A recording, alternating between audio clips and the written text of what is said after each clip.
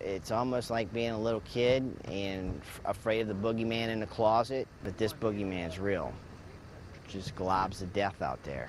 Al Walker has been diving oil rigs for most of his life. After thousands of dives, he knows them about as well as anyone alive. I've contributed my life to preaching to everyone how positive oil drilling has impacted the marine ecosystem here. But this is unacceptable. That is what makes this spill so heartbreaking for Walker. He's seen how rigs contribute to life here, providing artificial reefs for coral to live on.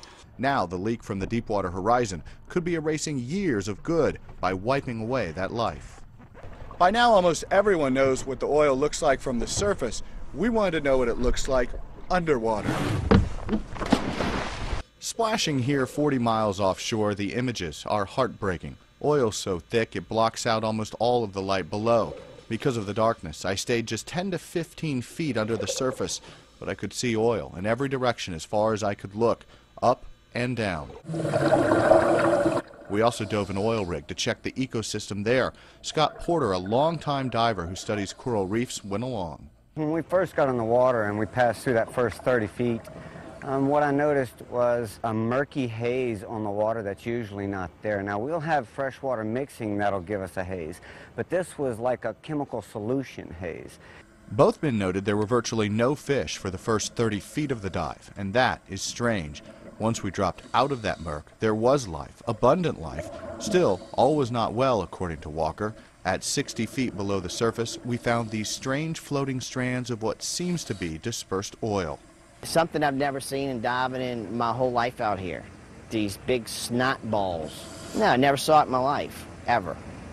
It's not just a normal algae bloom or something that goes out. Oh, no. There's nothing natural about what we dove in today.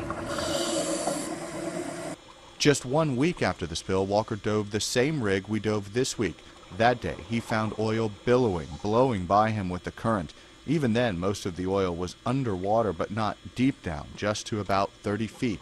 Then he returned 2 weeks after the explosion and saw a large, thick oil plume at about 120 feet below the surface. NOAA has now confirmed the existence of those plumes as far as 142 miles away from the leak.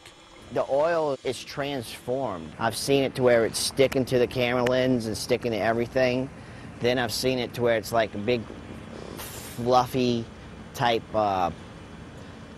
scenarios, like real soft coming at you. Walker wants to share his pictures with the world, wants everyone to see what is at stake and what's happening beneath the surface. It's why he continues to dive, despite his fear of what's in the water. It's me and a couple science buddies. We're out there swimming in the toxins, and because we care.